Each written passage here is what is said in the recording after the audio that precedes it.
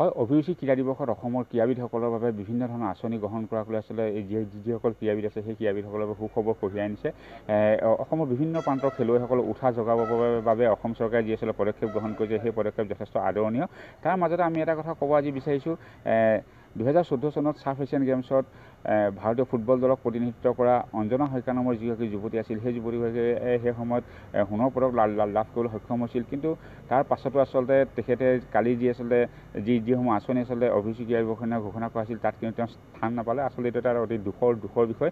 আৰু পূৰ্বতেও 2020 চনৰ নৱেম্বৰ মাহত তেতিয়াৰ মুখ্যমন্ত্ৰী আৰু এতিয়াৰ কেবিনেট মন্ত্ৰী সৰ্বানন্দ সোণোৱাল দেৱেও তেখেতক এটা চৰকাৰী চাকৰিৰ বাবে সেই সময়ত লক্ষ্য কোঁৱৰলৈ তেখেতে পত্ৰ লিখিছিল। কিন্তু পৰৱৰ্তী সময়ত আচলতে সেই যি আচলতে পত্ৰ আছে সেই পত্ৰতে আছে আবদ্ধ হৈ থাকিল। তেখেতে কোনো ধৰণৰ আচলতে সা সুবিধা নাপালে। মোৰ সৈতে ইয়াতে আছে অঞ্জনা শইকীয়া, আৰু অঞ্জনা শইকীয়াৰ জানিব বিচাৰিম কি ক'বা যে কালি যিহেতু অসমৰ বিভিন্ন ক্ৰীড়াবিদসকলৰ বাবে বিভিন্ন ধৰণৰ চৰকাৰে আঁচনি গ্ৰহণ কৰিছে, আৰু এইসমূহ আঁচনি আচলতে অসমৰ ক্ৰীড়াবিদসকলক যথেষ্ট উৎসাহিত কৰিব খেলৰ বাবে। কিন্তু তুমি যিহেতু সোণৰ পদক লাভ কৰিছিলা, তাৰ পাছতো কিন্তু তোমাৰ বাবে কোনো ধৰণৰ আঁচনি আচলতে তুমি অন্তৰ্ভুক্ত নহ'লা। হয়, মই 2014 চনতে পাকিস্তান ইছলামাবাদত চাফ এছিয়ান গেম খেলি আহিলোঁ, সোণৰ পদক লৈ আহিছিলোঁ।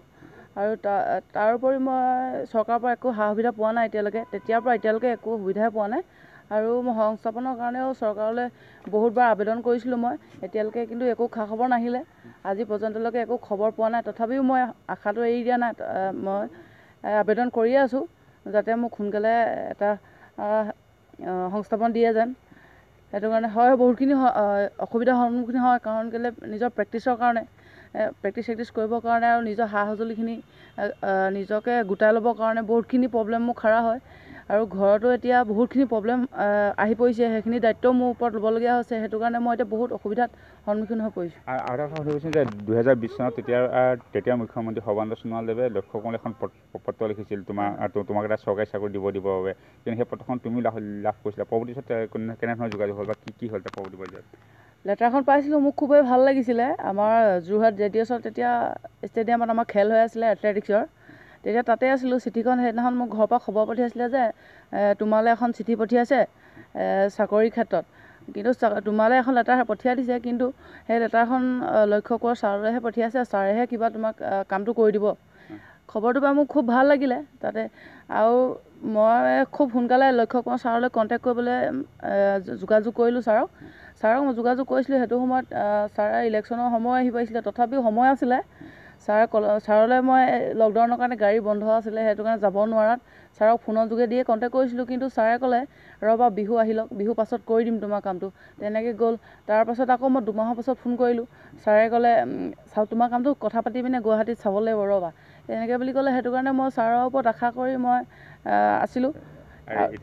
এতিয়ালৈকে খালি সেই কামটো কৰি নিদিলে ছাৰে।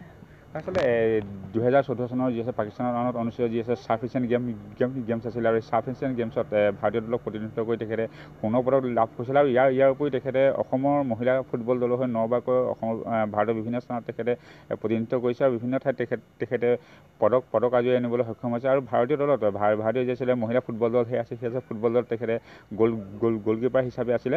আৰু এটা কথা ক'ব লাগিব যে যি সময়ত চৰকাৰে বিভিন্ন ধৰণৰ যিসমূহ আঁচনি গ্ৰহণ কৰিছে, এই আঁচনিসমূহত আচলতে এনেদৰে যিসমূহ সুদক্ষ খেলুৱৈ আছে সেই খেলুৱৈসকল কেনেদৰে আচলতে বাদ পৰি গৈছে, সেয়াও এক আচলতে চিন্তনীয় বিষয়।